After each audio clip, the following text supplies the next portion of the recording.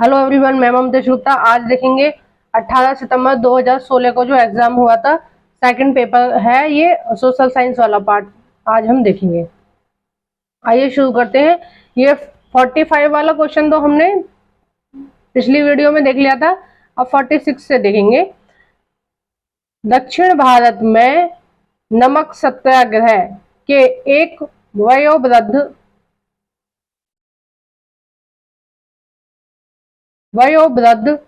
राष्ट्रवादी नेता निम्नलिखित में से कौन थे?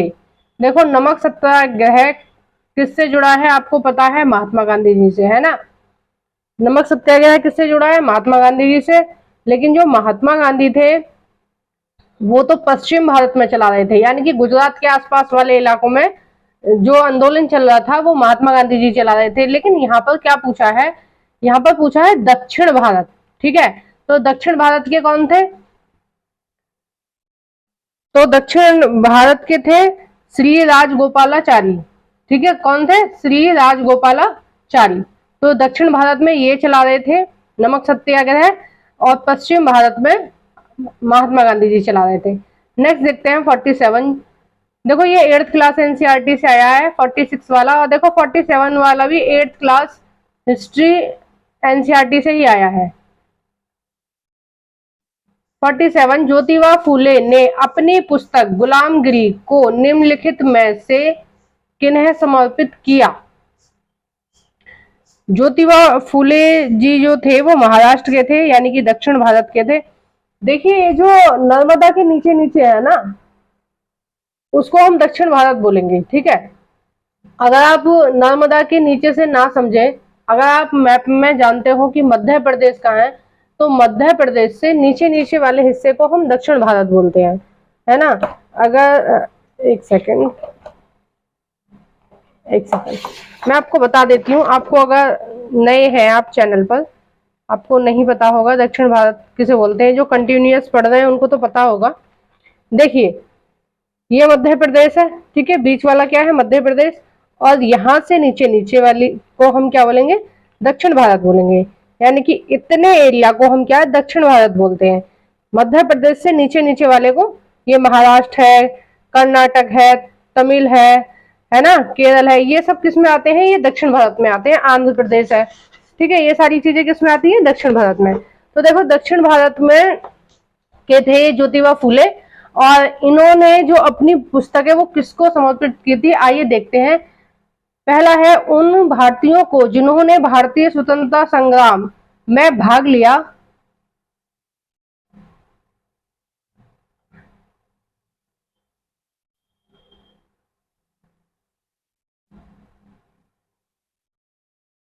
दूसरा है उन भारतीय सैनिकों को जो द्वितीय विश्व युद्ध में मारे गए थे। तीसरा, उन अमेरिकियों को जिन्होंने गुलामों को मुक्ति दिलाने के लिए अमेरिकी गृह युद्ध में भाग लिया। चौथा है उन महिलाओं को जिन्होंने ब्रिटेन में नारी मत अधिकार आंदोलन में भाग लिया।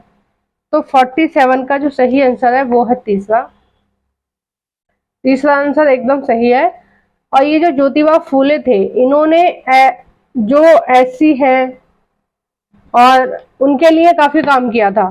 ठीक है, जो नीचे जाति वाले लोग, मतलब एससी के अंतर्गत जो आते हैं लोग, उनके लिए इन्होंने काफी काम किया। जैसे अंबेडकर जी ने काम किया था, उसी की तरह ज्योतिबा फूले जी ने काम किया था। इन्होंने बालिकाओं के लिए भी बहुत काम किया था, लड़कियों के लिए स्कूल वगैरह खोले थे, काफी चीजें की थी, काफी समाज के लिए अपना काफी ज्यादा योगदान दिया है इन्होंने दक्षिण भारत में, है ना। तो नेक्स्ट देखते हैं 48।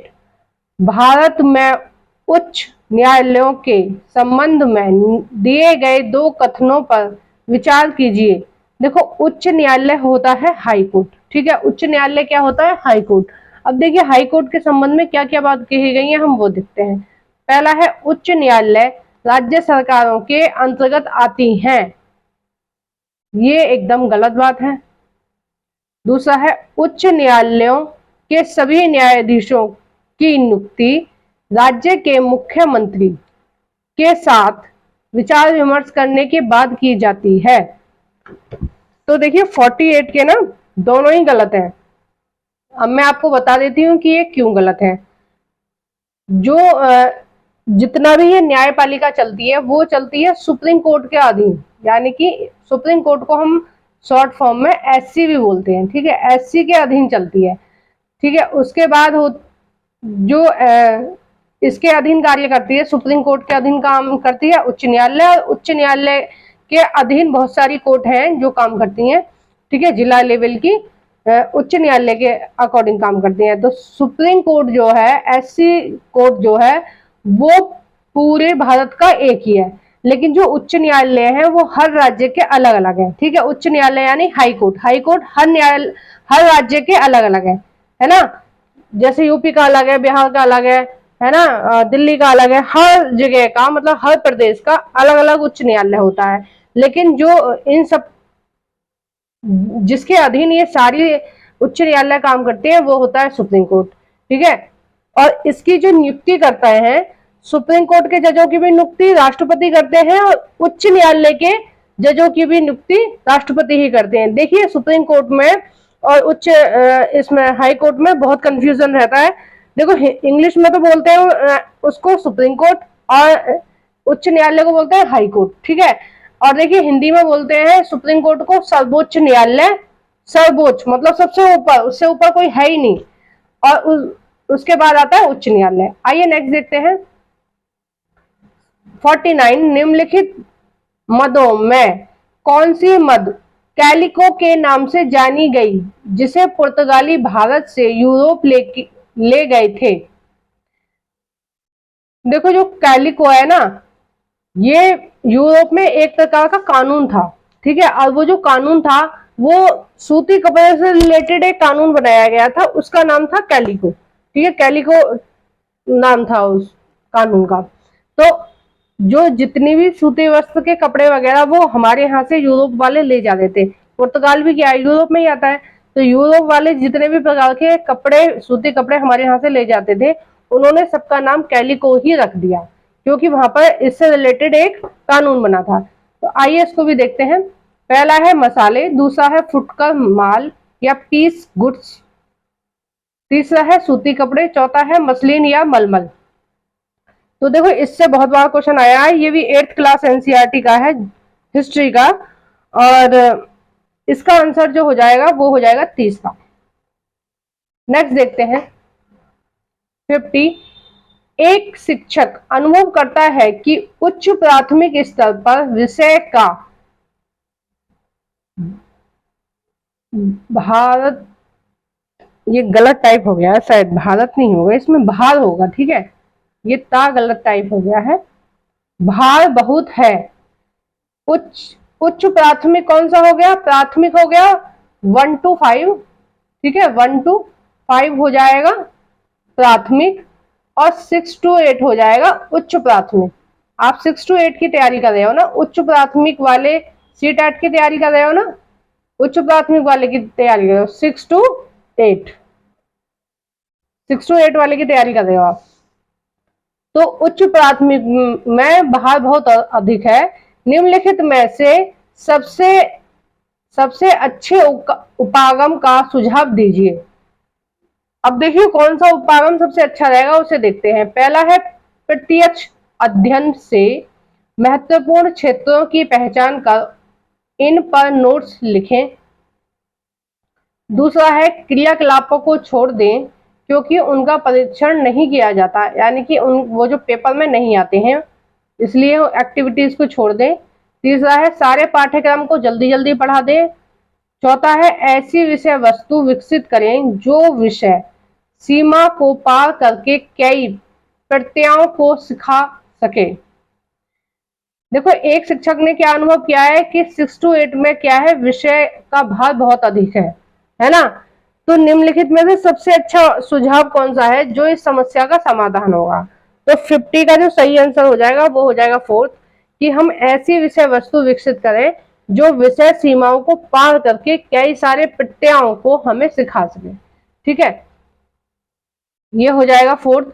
अब देखिए हाल फिलहाल में 2022 में एनसीईआरटी ने बहुत सारे जो चैप्टर हैं उनको कम कर दिया है, पहले चैप्टर बहुत ज्यादा थे, लेकिन अभी क्या है 2022 के बाद चैप्टर को काफी कम कर दिया है, क्योंकि बच्चों पे क्या है वर्कलोड ज्यादा हो रहा था, याद करने का काम या पढ़ने का काम बहुत ज्यादा हो रहा था, इसलिए एनसीईआरटी ने लगभग सभी सब्जेक्ट के चैप्टर्स को कम कर दिया है, बच्चों के भार को कम करने के लिए।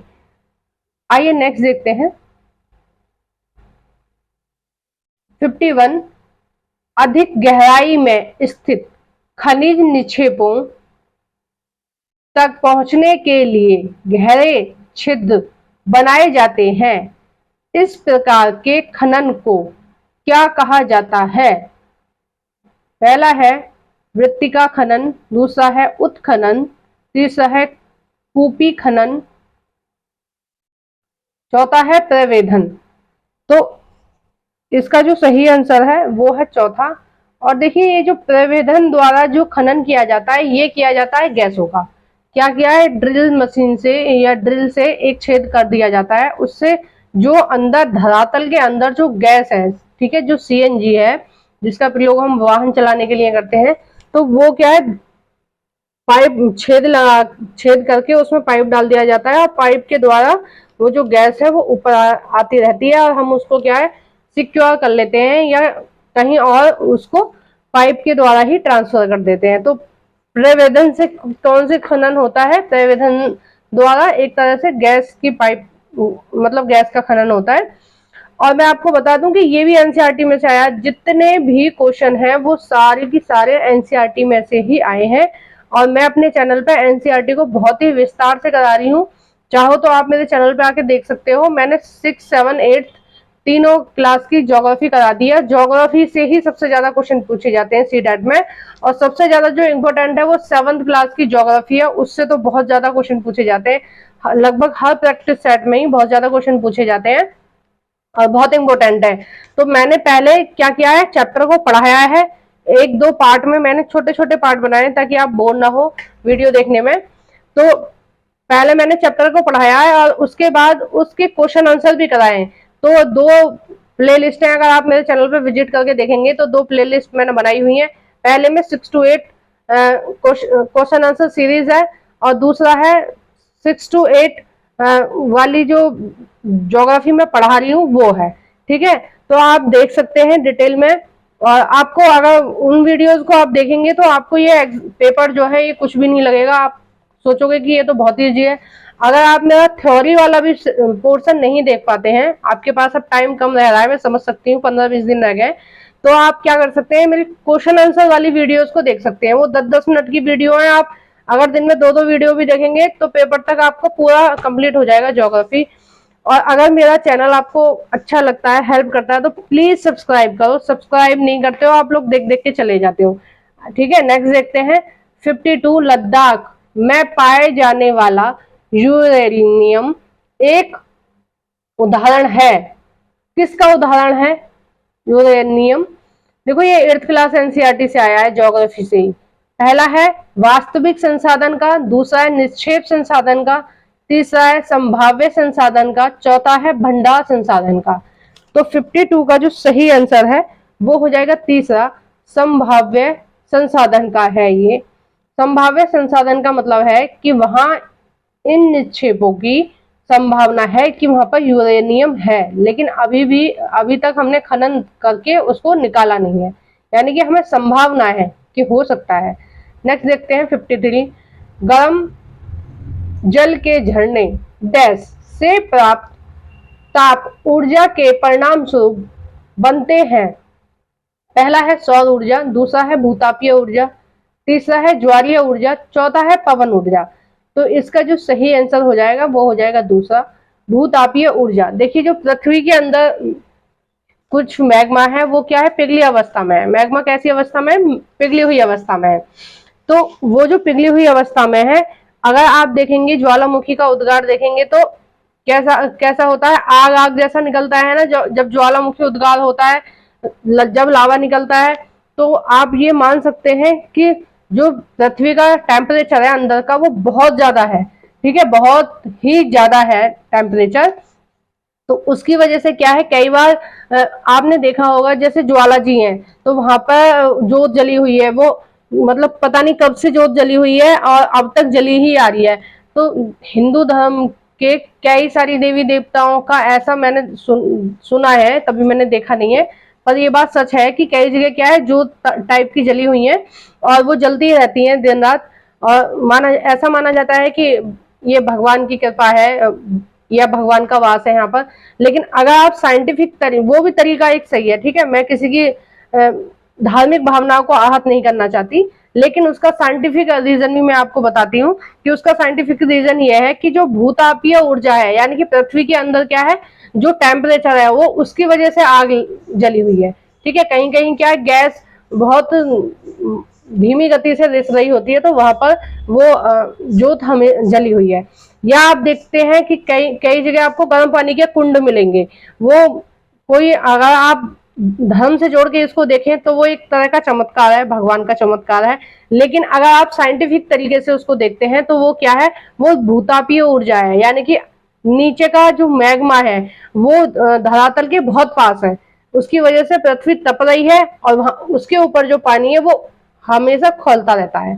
ठीक है, तो आपने भी सुना होगा कई सारे धर्म स्थल ऐसे हैं जिन पर गर्म पानी का झरना है या गर्म पानी के कुंड है, उनमें चावल डाल के बना लेते हैं। मुझे याद नहीं आ रहा कि क्या है, शिव जी का ही कोई कुंड है, शिव भगवान जी का, तो उसमें क्या है चावल डाल के वहां पे पकाते हैं, ऐसी कुछ मान्यता है।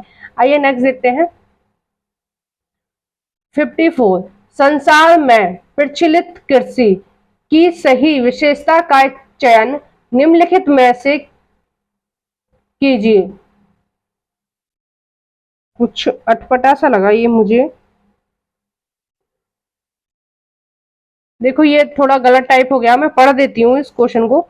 संसार में प्रचलित रोपण कृषि, ठीक है, कृषि से पहले रोपण आएगा, रोपण कृषि की सही विशेषता का चयन निम्नलिखित में से कीजिए। ठीक है, निम्नलिखित में से कौन सा है, रोपण, रोपण कृषि। ठीक है, रोपण कृषि मैंने आपको थ्योरी सेक्शन में भी बताया था और क्वेश्चन आंसर सीरीज में भी बताया था, जब मैं एनसीईआरटी आपको करा रही हूँ। ये 8th क्लास एनसीईआरटी से आया है, कृषि चैप्टर 8th क्लास एनसीईआरटी में ही है, ज्योग्राफी में। तो रोपण कृषि क्या होती है कि जो पौध लगा के पौधे लगाए जाते हैं। ठीक है, अब गांव के बच्चे तो आसानी से समझ गए होंगे पौध लगाना क्या होता है। जैसे धान, कॉफी, चाय, रबड़, ये सारी जो है, केला, इन सबको जो उगाया जाता है वो पौध लगा के उगाया जाता है। यानी कि पहले एक क्यारी में पास पास में कुछ पौधे तैयार कर लिए जाते हैं, है ना। फिर जब वो 1 से 2 फुट के हो जाते हैं, फिर उस क्यारी में से उनको पूरे खेत में लगाया जाता है, अलग अलग जगह। ठीक है, उसको बोलते हैं रोपण की फसलें। तो रोपण की फसलें कौन सी हैं, एक बार रिविजन में करा देती हूँ। चाय, कॉफी, ठीक है, चाय, कॉफी, केला और रबर, ये सारी क्या है, रोपण की फसलें हैं। कॉफी, गन्ना, गोंद और कपास, ये सब क्या है, रोपण की फसलें हैं। आइए नेक्स्ट देखते हैं। पहला है, यह कृषि मध्यम अक्षांशों के आंतरिक अर्धशुष्क प्रदेशों में पाई जाती है। तो ये जो कृषि है, रोपण की जो फसल है, इनको पानी की बहुत ज्यादा आवश्यकता होती है, तो ये शुष्क वाले क्षेत्रों में नहीं पाई जा सकती। ठीक है, पहले एक तो गलत हो गया। अब दूसरा देखते हैं। इस प्रकार की कृषि में भूमि का गहन उपयोग करके कृषि अपने पूरे परिवार के साथ लगा रहता है, कृषक अपने पूरे परिवार के साथ लगा रहता है। तो देखो ये वाला भी गलत हो जाएगा, क्योंकि ये जो इन्होंने लाइन बोली है ये गहन भूमि के लिए बोली है, ये गहन कृषि के लिए बोली है। ठीक है, गहन कृषि में क्या होता है, कृषक अपने पूरे परिवार के साथ लगा रहता है।